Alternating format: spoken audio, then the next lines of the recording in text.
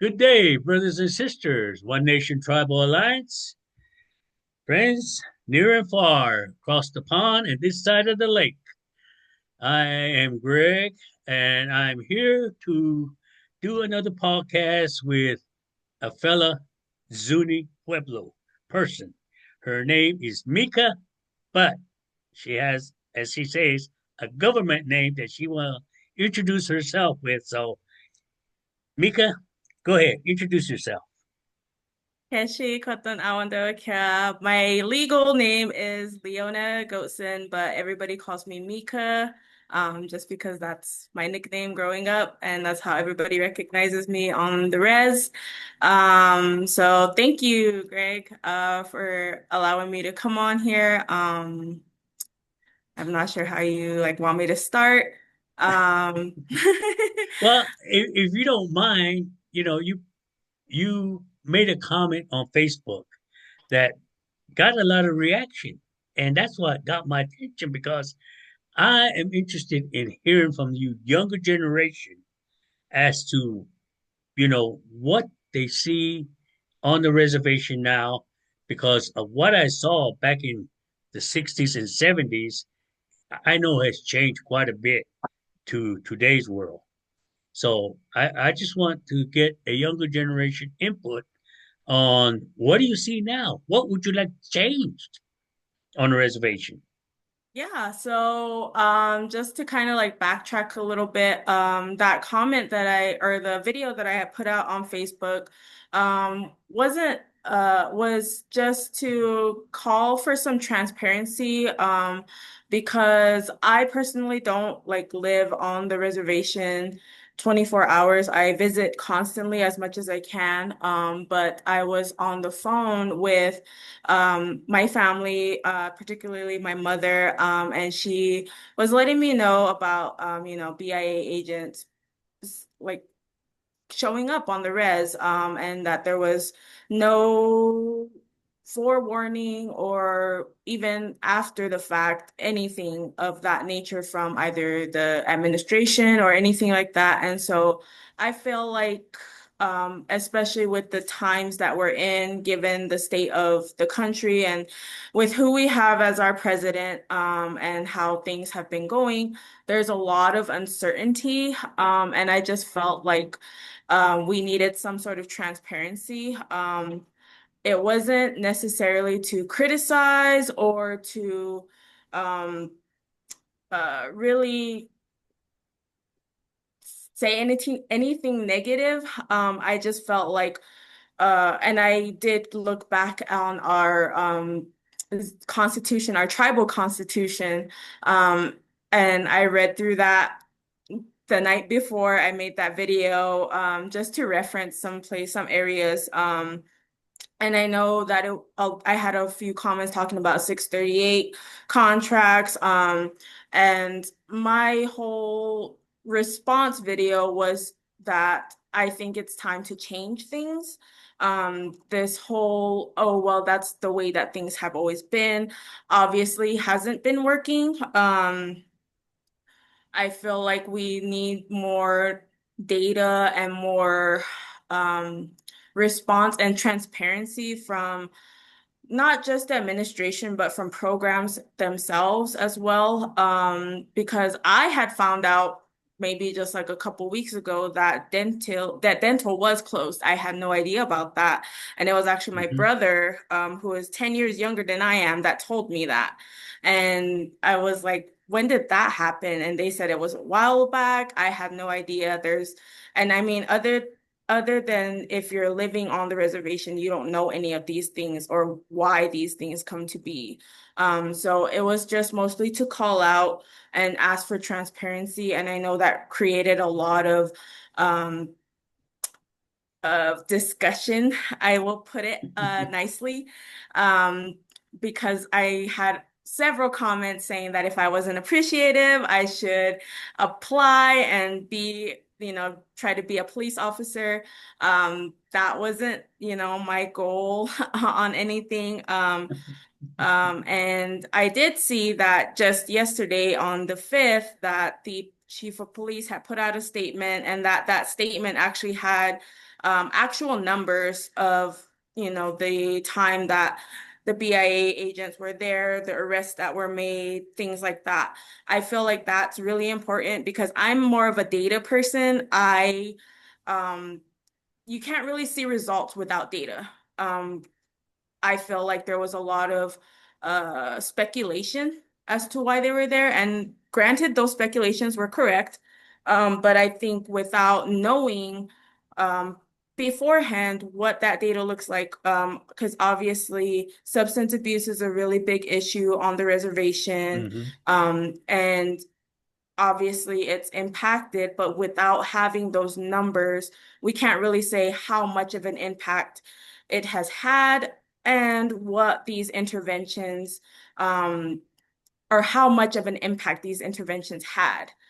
So that was just my whole thing. I just would like for there to be some transparency because we are living in scarier times where there's a lot of things that occur without our knowledge and until after the fact. So I just feel like as leaders, you need to be upfront and forward about one, the impacts of negative issues that are impacting our reservation in particular.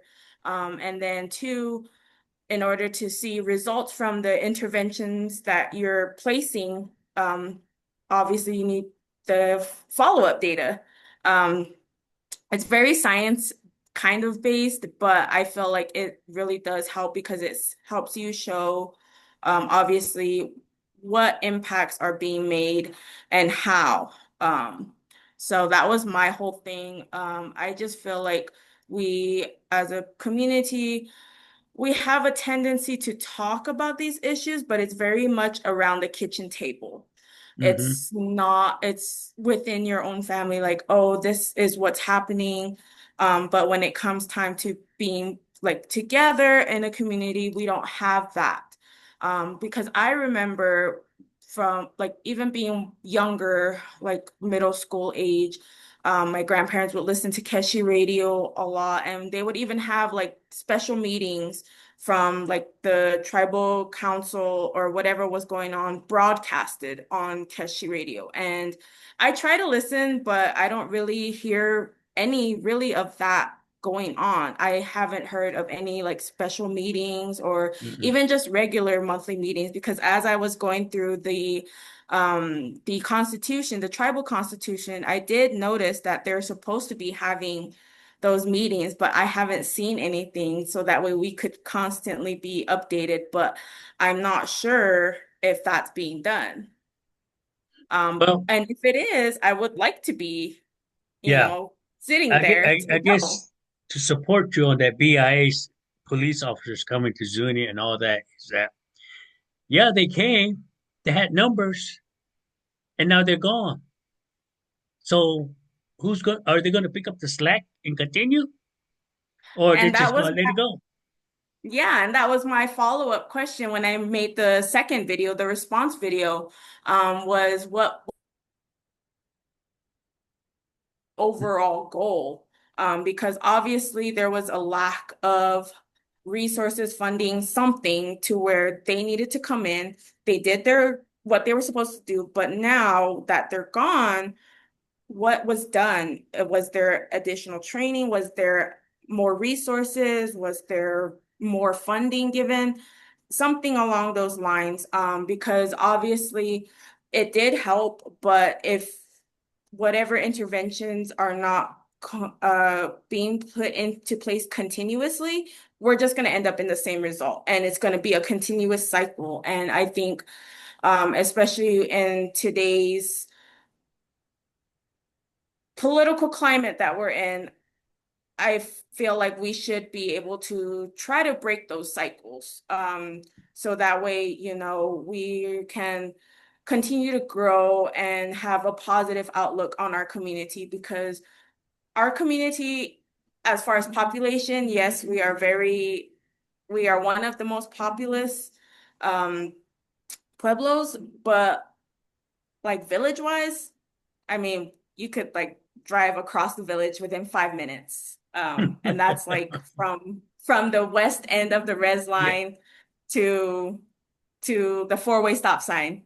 yeah. If y'all are familiar with Zuni. So I mean, it's just it's it's crazy to me that not many people also see that me questioning things isn't a criticized way. I'm just genuinely curious.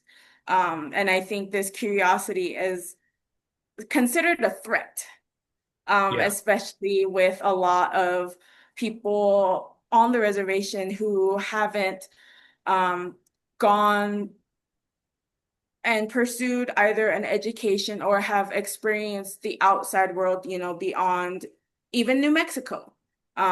Because let's be really real, a lot of Zuni members come to Albuquerque, to Santa Fe, but it's for fun things or for their trades. But I feel like if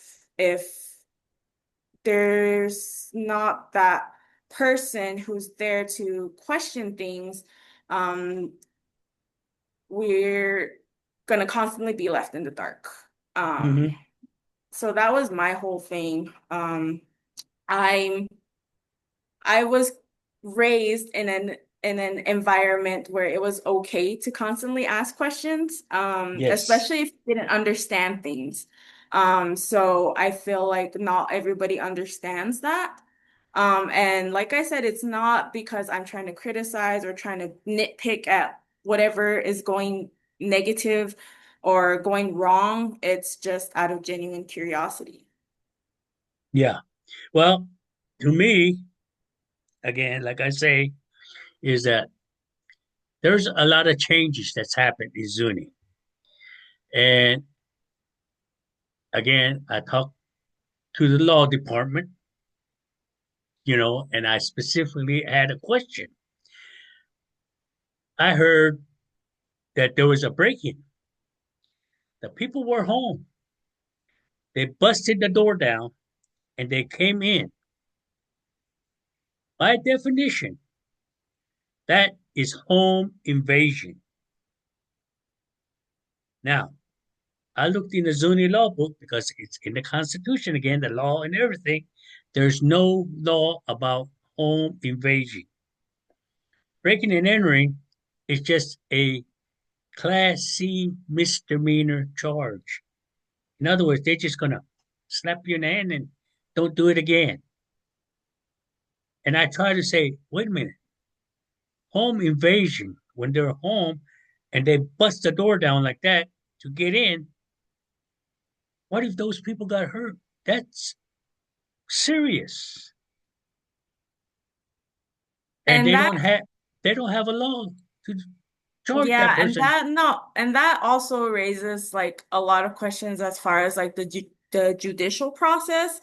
Because I have experience, I have a social work background. I worked in tribal social services, so I'm not a legal expert, but I worked with tribal courts enough to not only have like a basic understanding of like the children's code and whatnot, and have a basic understanding of, all these laws and documents that we have. But it also raises the question of, um, our prosecutor. When I was in tribal social services, we had a prosecutor. And then when I left about maybe two, three, actually three, almost 4 years ago, um, I was still in contact with the prosecutor at the time. We actually worked a lot together, and we had gotten like to be pretty friendly to where I had found out that they had left, and that the person who was taking over, doesn't necessarily have like a law degree. They were in school from my understanding, and don't take this with a grain of salt, but I'm just concerned because when it comes to our judicial processes, we have a public defender.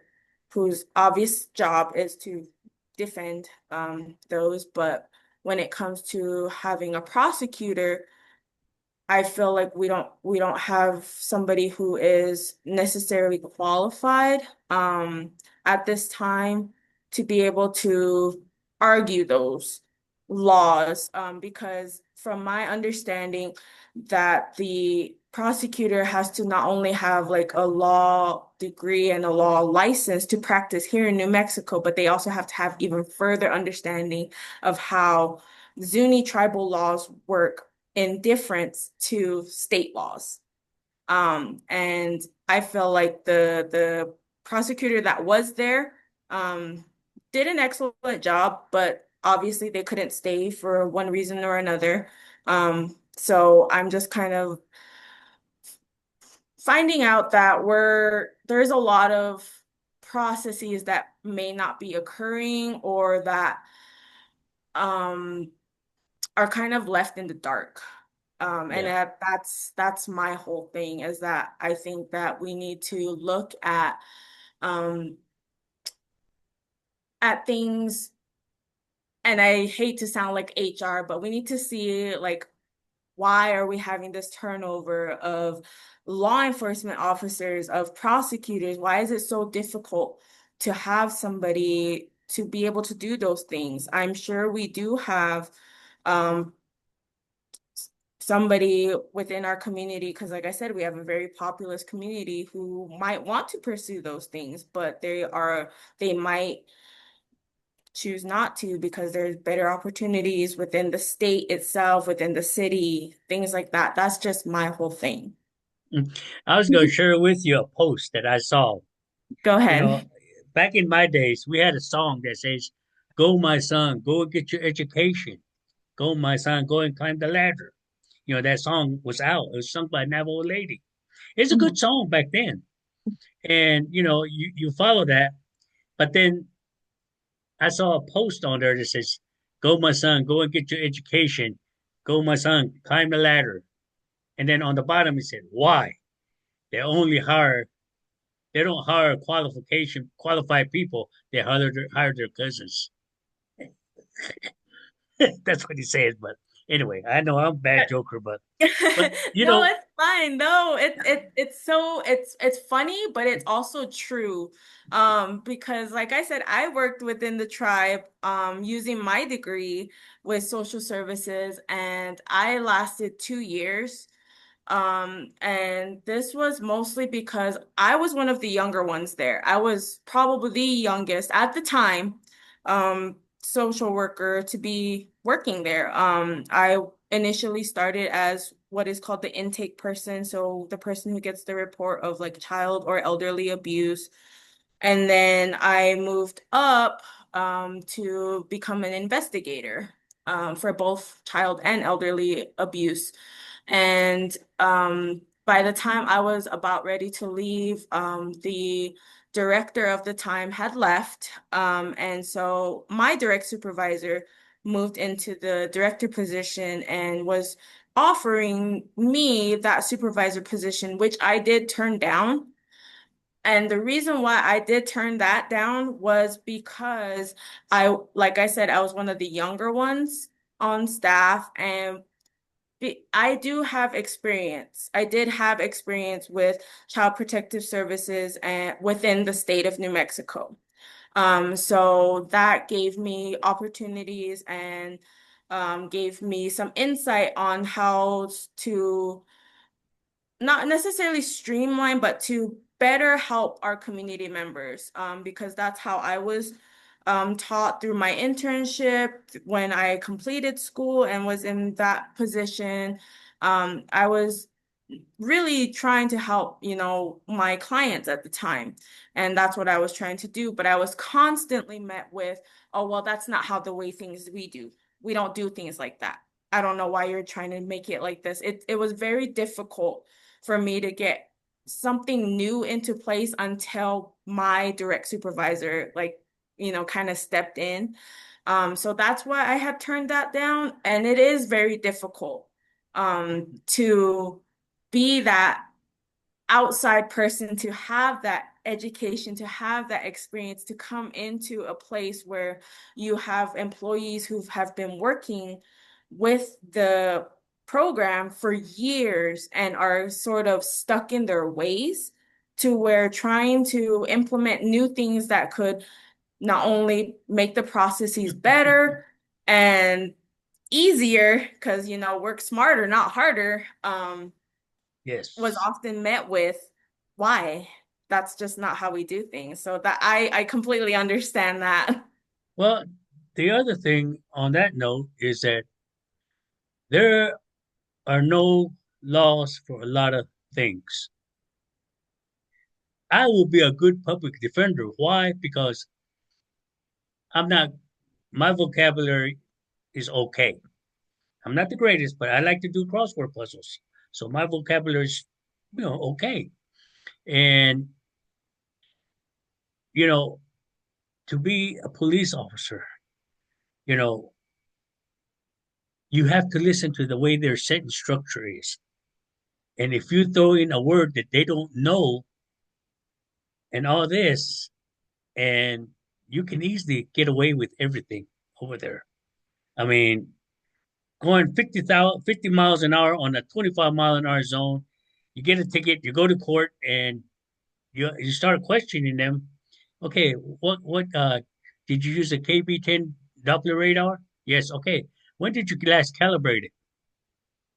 And when they, oh, I calibrated right before I went on my ship. Is it on your logbook? Let me see your logbook. And get into detail about that. And then once you see the logbook and everything, he says, "Oh, by the way, since you calibrated it, let me see your certification on being an electronics tech to do that." I'm not certified. Then why are you saying that you calibrated it if you're not certified? Dismiss it, unqualified, you know, boom, they Mhm. dismiss it.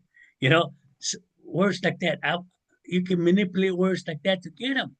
I mean, I'm not saying it's bad or it's good, but I'm just letting people aware, and even what's going on today. And I'm gonna turn around the subject to go in a little more about probably you ain't familiar with, which is the traditional ways. Traditional ways like I offer. I have a good friend that's a good grant writer. Says go to your tribe, let them know you want to do farming because I was raised farming. When I was raising up Zuni, everybody planted out in the back, north side of Zuni. Everybody planted. There was plenty to eat. We didn't have to worry about no Walmart, Halona Plaza, or anything. We all planted and we all shared and ate, you know. But nobody's planting out there. You go out there, it's all rabbit brush out there. Nobody's planting. And so I went to Zuni, and the administration that I encountered was this previous one, not this one, current one, but the previous one. And I said, I would like to come to Zuni if I can have your support to write a grant and buy a tractor and start planting for these people. One of the councilmen says, we don't have any water. We don't have it. And I said, where's your faith? Where is your faith? Then cancel the summer rain dances if you don't have faith in it. Why have it if you say there's no water, no water, no water? You're manifesting the power of manifestation. You're either speaking white magic or dark magic. So what you're saying is dark magic because you're downing, you're not manifesting, you're not asking, where is your spiritual life? Get out there. When was the last time you grabbed cornmeal and greet the sun asking for the blessing? If we all manifest rain, it will rain. Mhm. It's a proven fact that if we all manifest, back in the day when we used to fast, people fasted. My my medicine group, when we fasted, we stayed in that medicine group for 4 days, day and night. You don't go anywhere. The only place we will go is we'll go out and haul wood early in the morning because we have to keep that fire going because stay warm. and we didn't want to use the people's firewood, so we go get 4 or 5 truckloads just to help them out too. So we had our own firewood, and and then the rest of the time we were being taught. Teach you this prayers. This is what it means. Teach you about this symbology.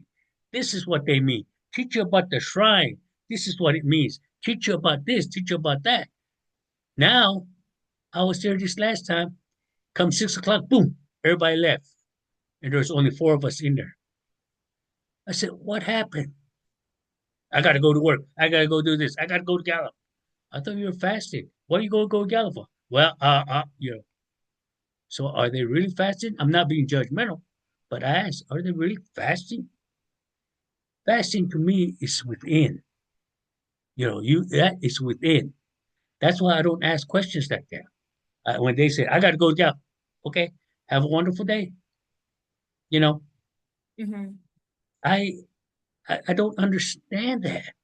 And when I said I want to plant, we ain't got no rain. Where there's no water. There's no this. There's no. I said, ah. And they said, so we can't support you. I said, it wasn't going to cost anybody anything because we could just go write a grant with the council support, plant for the people for free. We got people in jail, trustees that want to do some work. Get them out there hoeing the fields. You know, help Yeah. them do that. But they said, no, we can't support you. And I said, wow, wow, wow, wow. No wonder. Toga ng kusa. No wonder oho kalentis dry. Toya, kakusa. You know, yeah, because they say no one. What you say again, you're manifesting to the spirits higher Hmm. above. What you're saying, they're listening. Well, if they don't want water, okay, we'll stop the water. You know, what's going to happen? What's going to happen with the people? You know, about this arsenic.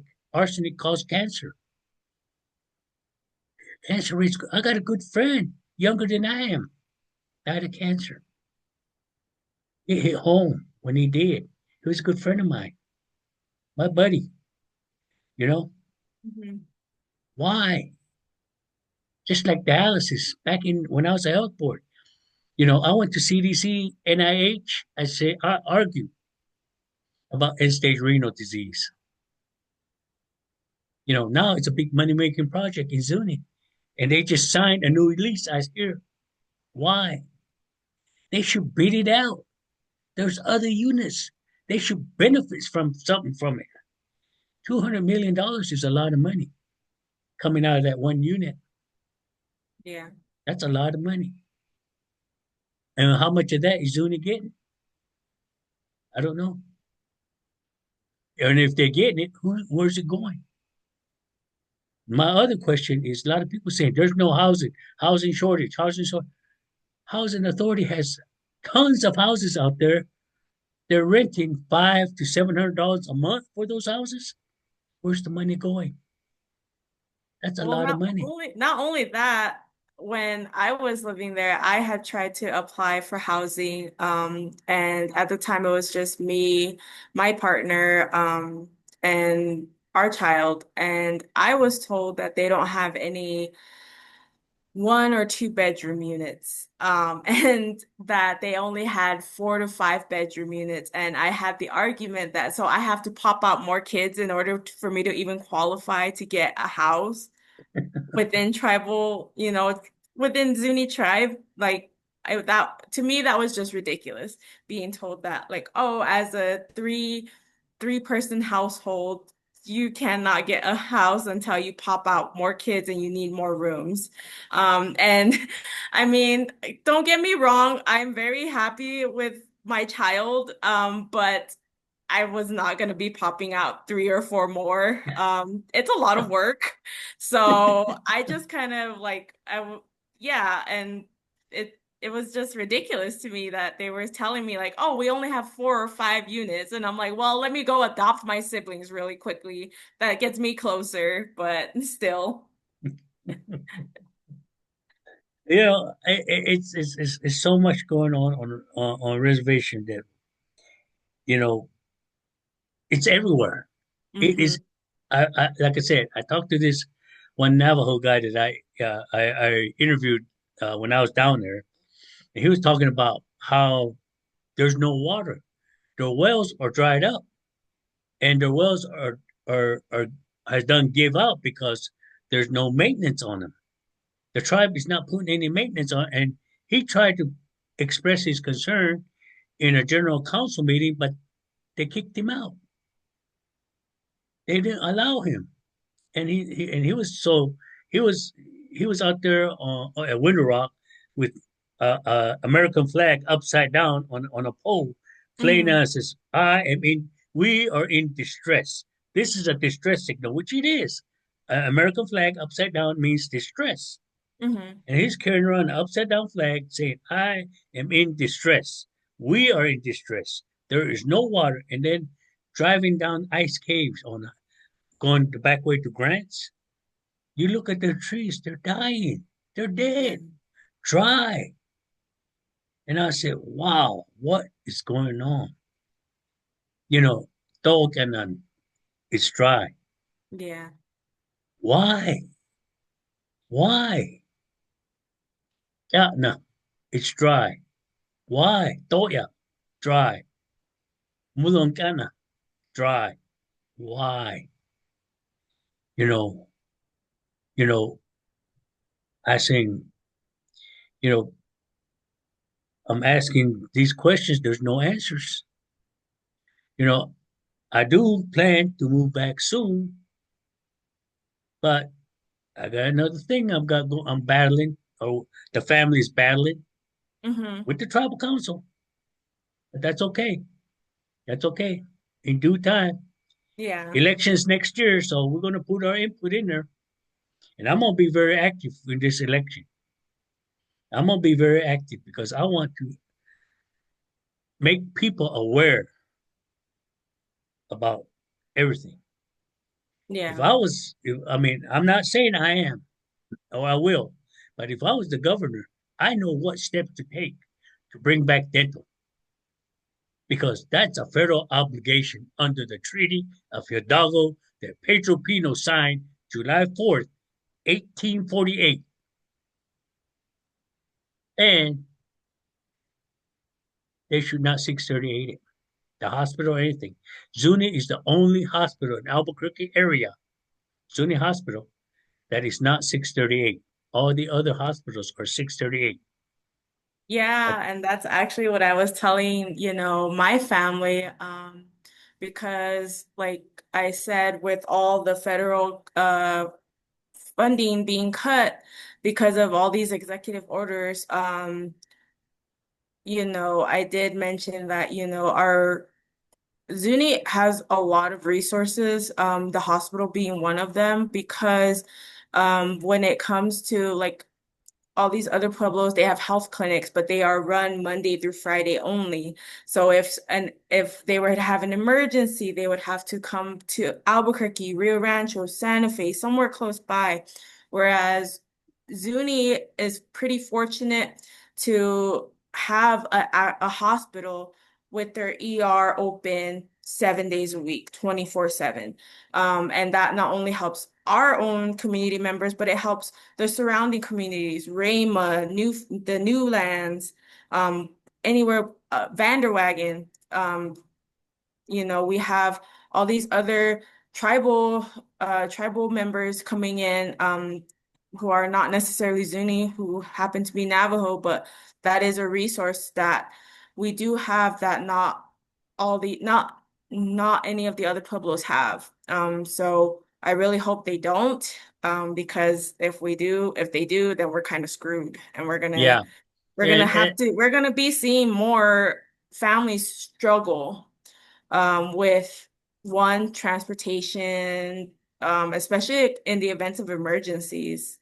It's already difficult if somebody has to be flown out from the mhm. hospital to Albuquerque if they're fortunate. If not, then they have to go out of state, to Flagstaff. That unfortunately happened to one of my family members. And it does get difficult when things like that happen, but fortunately, the hospital being there and operating 24/7 like a hospital does really did come in handy, and fortunately, helps a lot of people. But I would hate for it to end up being like all these other clinics only being functional and operational Monday through Friday, 9 to 5. Well, being not dependent on Zuni IHS, I'm here, off the reservation, and the hot medical care that I receive here is super, super, super.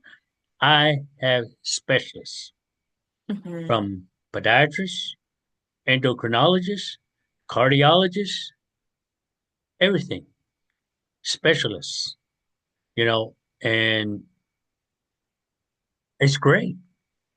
They don't. It's not like a rush thing. It's this Yeah. they lab work, X-rays. They will check you out thoroughly, and it scares me. Yes, I'm on the how would you say the I'm on the rehab stage of my transplant where I don't my medication does not change. It's set now. And I don't take that much. A lot of people say, well, you get a transplant, you're going to take 20 different kind of medicine. I only take five, and two of them don't even count. One Yeah. is aspirin. Just my cardiologist says you just should take aspirin. Okay, you know, and a Novolol, which is for diabetes. But Hmm. eating healthy, I don't take that much, maybe 6 units. That's not much. Hmm. But it's because my endocrinologist knows his medicine to where let's try this, let's try that. But I said, look, I'm not a guinea pig. We just go with one and stick with one. Yeah. It doesn't work, I'll let you know. I know my body. Know yourself. It's just like dialysis. Hmm. A lot of people, you know, have a hard time with dialysis. They don't last long, in dialysis. But they say I said, because they need to educate the patients. One, because they got those high flux machines. When they ramp it up to 600 units per hour to clean the blood, that's a lot of stress on your heart. A lot of stress. And if you're elderly and your heart's not that strong, yes, you're gonna go into cardiac arrest. Yes, you're gonna bottom out and all this kind of stuff. But when I went through dialysis, my nurse told me, says, it's too strong for you. Let's lower down the machine, slow the machine. Let's do this, let's do this, let's try this. They worked with me. I did not have any problems. When it came to my transplant and I had to go through the clinic and all these kind of stuff, so all the specialists, you're ready for it. You know, I got my date approved to say I'm on a transplant list. A week later, guess what? I got a transplant. Hmm. That's how quick it was. I didn't have to wait 2 years. And that's because one, I don't drink, I don't smoke, I don't do drugs. I still try to keep myself healthy. And a lot of people say, "You dye your hair, you ain't got no gray hair." No, I don't. No, I don't. Yeah, I got some gray hair on the side. Well, My daughter obviously, says, I dye my hair. "Yeah." My daughter says, "You got gray hair, Daddy?" I said, "That's your side. The boys are on this side. This is your side, baby girl." No, but but you know these things we talk about it, but let's. I just want to encourage you to keep up your voice. Young people, I encourage to speak up. This next election, let's go strong and get the people that are qualified, not Yes. because of popularity vote, not because I've done this.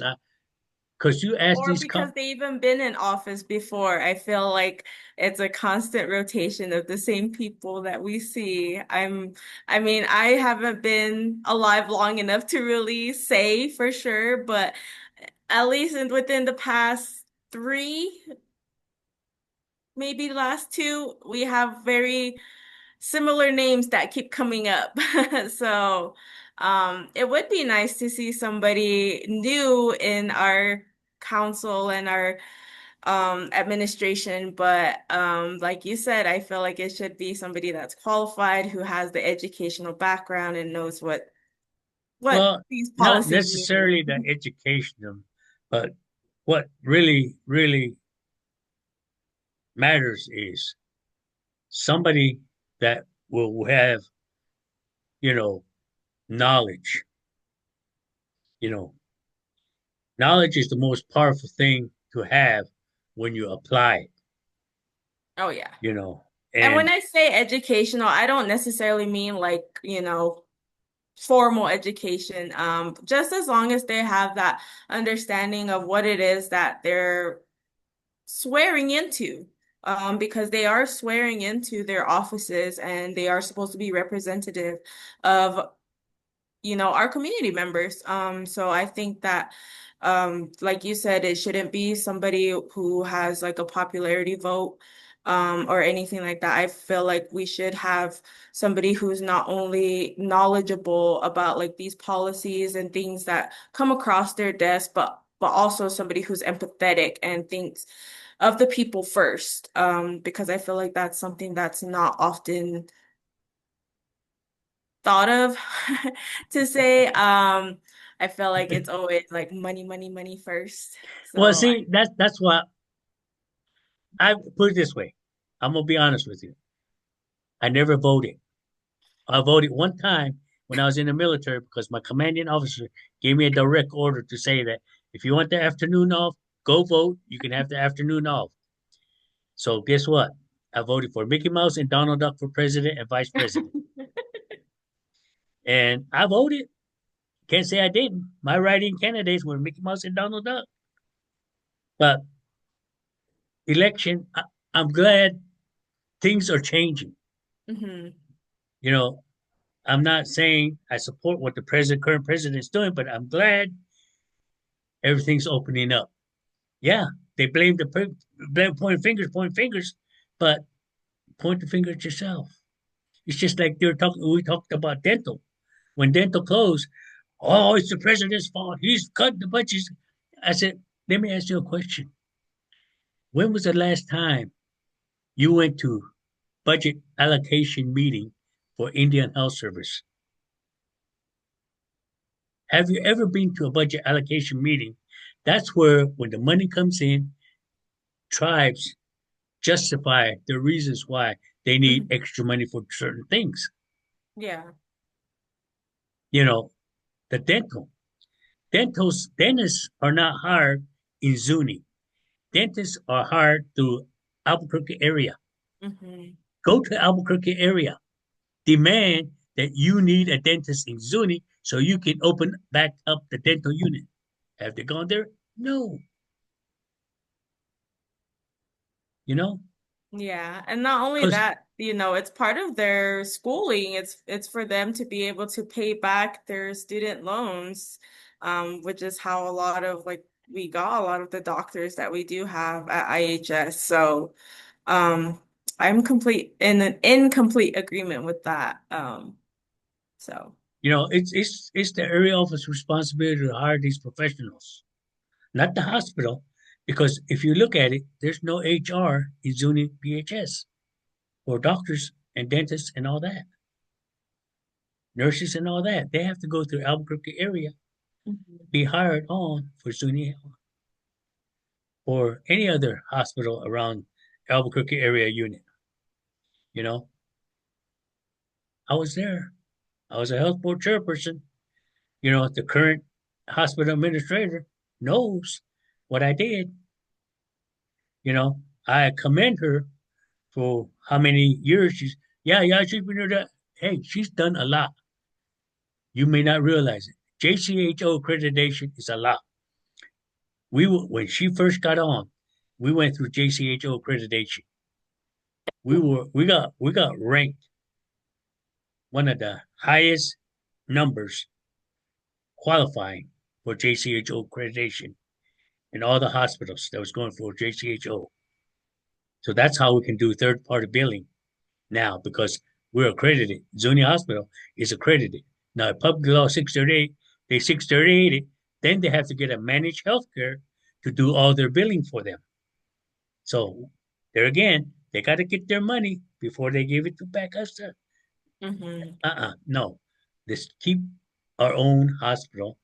What money we get, let's keep it within the hospital because that to me is the way it should be, you know, and not through managed healthcare, because Blue Cross Blue Shield, a lot of these uh hospitals that reservation hospitals that went 638, they have to use managed healthcare to do their billings.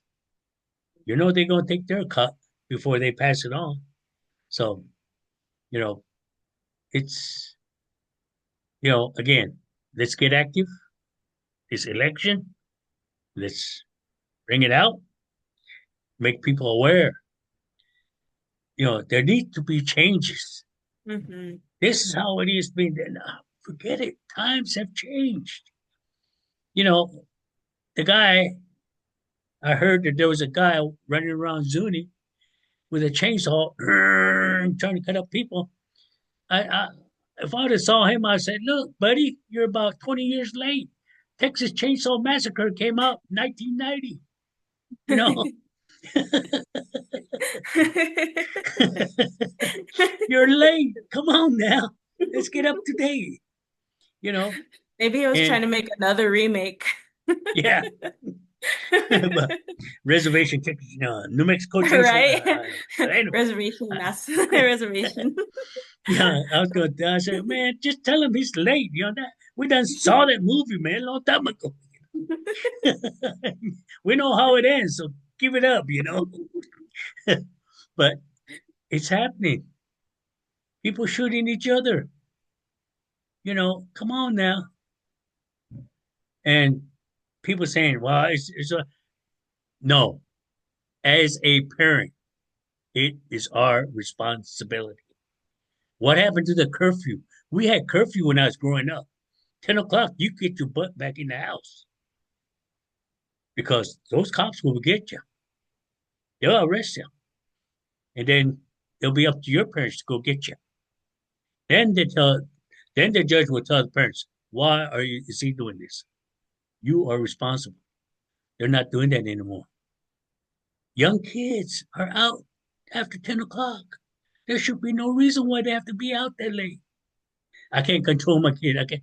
Well, they'll get raised. Are you a cradle board baby or not? I can tell a cradle board baby and who's not. Cradle board babies are under control. They're controlled, you know, and those who are not cradle board, they're not, you know. And I hate to say this, but I can tell the difference, you know, and because when they sit, as the elders used to say, "Tsamotimu." What do they mean, tsamota? What's tsamme? You know what tsamme is? See? I've never No? heard that word. No. Okay, tsamotimu, meaning the wheat, that wheat straw that's Yeah. straight. Yeah. Put your back like that wheat straw and sit up. Is what they're telling Oh, me. okay. Tsamotimu. You know, that's what they mean. Not slouch over, not laying on. We were not allowed to lay on the couches. We were not allowed to stretch after you eat. There were certain things we were not allowed to. But look at the kids now. We're not. One thing they're doing right now is make America healthy again. Is they're going to take out junk food out of food stamps. You know, because oh, I mean, I'm cutting back on my sugar. I'm cutting back on my carbohydrates. And at first it was rough, but now I'm getting used to it. Hmm. I get used to it. It just, again, self-discipline. I don't think a lot of these younger generation have self-discipline. I don't know. I'm not judging them, but the way we see, the way what I hear, what I hear, you know, these people Yeah. go off the reservation, you know, what they learn, bring back, you know, I'm not, I'm old school, you know, I have a big old Smith and Wesson sign on the door when the cops are minutes away, you know, Yeah. so you read that sign and you better understand what that sign's telling you, you Yeah. know, you know, because I'm old school, you know, that's the way it is. I hate to say that, but I live in a big city. Philadelphia is a big city, Oh yeah. but that's okay. The neighborhood I'm in is real nice. Got good people. I can walk around, not feel threatened, you know. Yeah. So, but I love it. But I am one day planning to move back. It's time for me to head back. Hmm. I've done what I could to the world. It's time for me to give back to the people if they allow me. And what I want to share is a lot of the things that the elders shared with me, mostly about spiritual ways, not religious. I hate the word religion because I studied a lot about Catholic religion of how wrong it is, you know, and I'm not going to go into that because that's a different thing that really, pinches my nerve. But, you Hmm. know, and, you know, like a couple years back, the guy that got public beating because he had a picture of a Kachina on Facebook and he got a public whooping. And I said, go back to 1903. Matilda Cox Stevenson has a book that has Kachinas on there. Go back and then follow the people. Some of the famous artists. Why do we have Kachinas in the Catholic Church? Life-size Kachinas. Why do we have Kachinas sold throughout? Yeah, they may not be pictures, but they're paintings that Zuni themselves done. A lot of good art, a lot of good artists made good money out of them. Why? And then one person puts one on Facebook, boom, gets a public whooping. That's not right. That's not right. And all this, and I could go on forever and ever, but because you know, they asked me one time. This person asked me, "Are you religious?" I said, "No." You talk about a jaw-dropping person. Their jaw just dropped. You're not religious? I said, "No, I'm spiritual." And I had to explain the difference between spiritual and religion, you know. And so when I did, they said, "Oh, well, why nobody taught us that?" Because they didn't have time to listen. You just had one thing on your mind, you know. I Hmm. said, the divine feminine is very, very powerful. In Zuni, we are a, you know, divine feminine society, matriarchal society. And they said, well, I said, look, I'm gonna give you a little lesson quick. In alchemy, a circle with a dot in the middle, that's alchemy symbol is gold. The circle is a divine feminine. Now, why is that dot in the middle? Well, you put a circle on top of your head, bottom of your feet, you draw a circle. Where's that dot at? Your navel button. That's how you were attached to your mother. Your mother was attached to their mother. The mother, not daddy, divine feminine. Why do you think Archivas are round with a ladder going in the middle? Look at it on top. Circle with a dot. The divine feminine. See, people don't understand. People don't know about this. What's a circle with a plus sign in the middle? The balanced cross, what does that mean? That's a divine masculine. Why is it in the divine feminine? Because Trinity, Father, Mother, and you. Three things became one thing. One thing becomes three things. Mm-hmm. And it goes on and on and on. And if you connect the line, put lines to the dots, it's a DNA symbol. All these things are out there. People don't look at it that way. Raising your vibration. They don't even know how to get into the fifth dimension, the sixth, the esoteric dimensions. They don't even know how to raise your vibration. These leaders. I mean, you go to Zuni, get up early in the morning, just before the sunrise, just go drive around. How many is out there giving cornmeal, kawaii now? How many people are out there? Not one. And those leaders are supposed to be out there. Yamaho awan tekohan ng shaman, awan pinan telia anake, tekohan ng shaman to the Father, Creator, not God, the Creator, because Jesus never called Father God. If you look in the Bible, Jesus never called him God because there are so many demigods. Called him my Father, your Father, our Father. Is what he said. He was a Mm-hmm. divine master along with the other divine master because he was initiated in the great temple of Giza with Apollonius, Solomon, Jesus. They were all initiated before they went out and did their miracle work. Jesus learned the miracle work from Tibet, Buddhists, and all that tribe before he did what he did. We all have that capability, not just certain people. Everybody does. And I can show you many ways, but it's not here right now. It's time. I do a lot of mentoring. I got people all over the world. In fact, yesterday I was talking to a lady from, um, I think, Yugoslavia, Serbia, Italy, Canada. I got people all over the world. I'm just not ethnocentric or Zuni ways. We all have the same thing. Look into the Hopi prophecy. We're coming out of the animal cycle, going into the human cycle.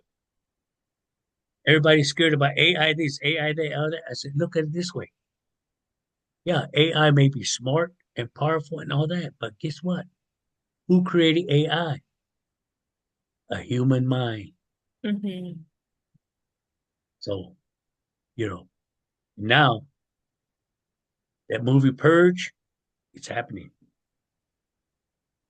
You know, I'm not, I'm awakened. I don't study about it, but it comes to me. What's going on? Mm-hmm. You know, call upon your guides, whether they're space beings, they down, you know, one of the people, late Clifford Mahooty, they downed him because he was talking about space beings. But you look at it, our number one, first, the oldest medicine group, Neweque. What are they? They're the Galaxy Fraternity. Before your time, we used to have a thing called Stargazer. We didn't go by the traditional calendar. That Stargazer was out every night looking at the stars. Moya chuauna. At certain time, he'll say, Siam toy na we. Sa ana kya. Because ana shukwam. Everybody go out there planting. Come time, to siam kwas mola hapoken tu. 2 weeks ana ana. People go out and harvest. You know, Mm-hmm. nobody does that anymore. They lost that talent. Why? You know, yeah, they tell you don't be looking up because somebody looked down on you. Well, if they look down on you, wave at them.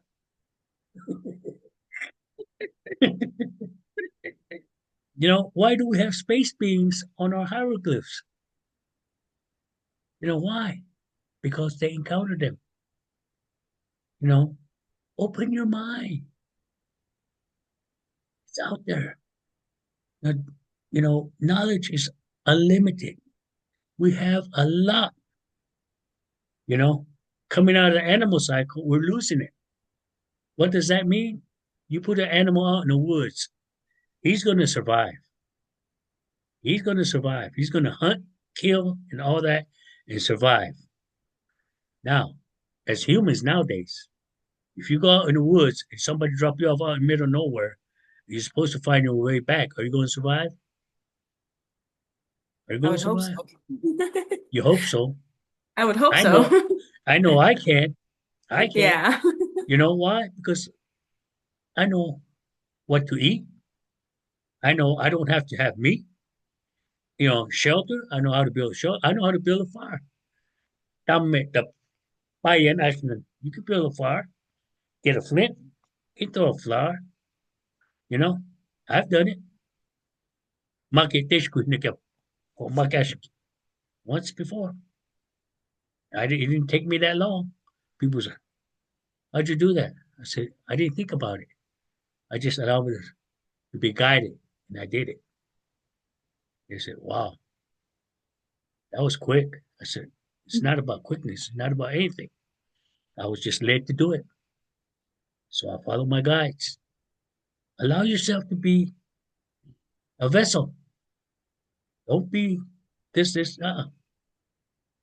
This is all I got to say about you younger people. Allow yourself to be a vessel. Be careful of what you say because you're speaking white magic or dark magic. You're either raising people's vibration up or you're bringing them down. Mm. You know, so always remember that. Always give thanks to the Father. We have a higher being. Our spirit is an infinite being, helping hoping. Yeah, we've been reincarnated several times. That's why we have deja vu moments. But when we die, there's no heaven or hell. You're going to the next place. Where that is, we don't know. But if your work's not completed on this earth, you're gonna come back. If it is, you can go. We're multiverse people. We can't be the only living things in this whole just in the solar system because that's a lot of wasted space if we are. I'm sure Hmm. there's life elsewhere. You look at the solar system within the galaxy, which is a little speck. And our galaxy is just a little speck in the universe. And there are other universes out there. You know, people don't Yeah. people don't think ahead. But don't worry about thinking ahead. Live for today. Don't worry about tomorrow because we're not guaranteed. Don't worry Oh about the yeah. past because you can't bring it back. Live for today. When you get up in the morning, thank you, Father, for waking me up. Attitude, gratitude. Thank you, bed, for having a good night's sleep. Thank you, food, for filling me up, giving me nutrition. Thank you, thank you, thank you. You know, so I thank you for your time, Thank and you, actually.